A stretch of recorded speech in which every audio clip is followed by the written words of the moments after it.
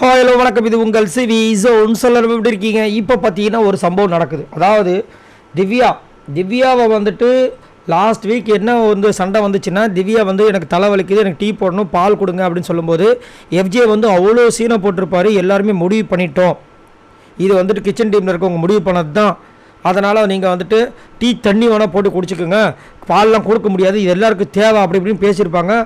அது ஒரு பெரிய பிரச்சனையாக போயிருக்கும். அழுதுருப்பாங்க, அழுதும் கொடுத்துருக்க மாட்டாங்க, கடைசியாக வந்துட்டு கொடுக்குறேன்னு இருப்பாங்க, அவங்க காண்டாயிருப்பாங்க. இப்போ என்னென்னா, காலையில் வந்து கிச்சனில் வந்து திவ்யாவும் சேண்டாவும் ஒர்க் பண்ணிகிட்ருக்காங்க. பாலுக்கு அதாவது டீ காஃபிக்கு வந்து சர்க்கரை எடுக்கலாம் பார்த்தா சர்க்கரை இல்லை, காலி போச்சா. இப்போ விட்டுருவாங்களா திவ்யா? வச்சு கிளிக்கிறாங்க.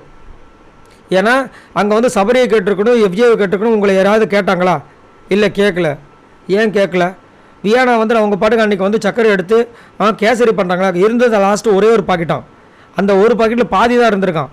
அதை வச்சு இந்த அம்மா வந்து சர்க்கரையை வச்சு முடிச்சிட்டாங்க. இந்த அம்மா யார்? வியானா கேசரி கிண்டுறேன்னு சொல்லிட்டு எதையோ கிண்டி வச்சுருந்தாங்க வச்சுக்கோங்களேன், கலர்ஃபுல்லாக இருந்துச்சு.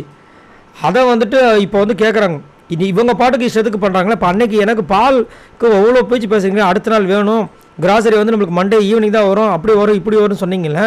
இப்போ இந்த பாலை வச்சு என்ன பண்ணுறது? இப்போ சர்க்கரையே இல்லையே, டீ போட முடியல, காஃபி போட முடியல, இதை பற்றி யாரும் பேச மாட்டிங்களா அப்படின்னு கேட்குறாங்க. உடனே வியானா அங்கேருந்து வராங்க. நான் தான் போட்டேன் அன்றைக்கி போடும்போது, அங்கே வந்து ஒரு பாக்கெட்டில் முதல்ல ஒரு பாக்கெட்டில் சக்கரை இருக்குன்ட்டாங்க, அதுக்கப்புறம் பாதி பாக்கெட்டுன்றாங்க. பாதி பாக்கெட் அப்போ முடிச்சிட்டிங்கன்னா இப்போ இதுக்கெல்லாம் சக்கரை அது பொதுவாக வந்ததுன்னு. ஸோ இதில் தான் பொது இல்லை. ஏன்னா அவங்க வந்து கேப்டனோட லவராக போகிறாங்கல்ல, அந்த உரிமையில் எடுத்து பண்ணிட்டாங்க பொழுது. நான் எங்கள் கேப்டன் வந்து எஃப்ஜே அப்படின்ட்டு என்ன நடக்குதா போட்டு கிழிச்சாங்க. உடனே இது கேட்க ஆரம்பித்த உடனே சபரி பதுங்குறாரு, எஃப்ஜே வெளியில் வரவே இல்லை, கேட்குறாரு.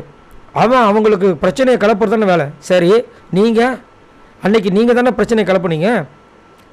ஒரு டம்ளர் பாலை கொடுத்து தான் முடிஞ்சிட்ருக்குமே, அவங்களும் ஜெயிலுக்கு அப்பயே போயிருப்பாங்களே. ஸோ ட்ரிகர் பண்ணுற வேலை இங்கே நிறைய நடக்குது. அதை வந்து யாரும் கேட்க மாட்டாங்க. பட் இவங்க பண்ணுறது தப்பை வந்து நம்ம சப்போர்ட் பண்ணல, இவங்க தப்பு பண்ணுறாங்க. ஆனால் ஏன் ட்ரிகர் பண்ணுறவங்களை கேட்க மாட்டாங்கன்றது அங்கே ஒரு விஷயமா இருக்குது. ஆனால் வச்சு கிழிச்சாங்க.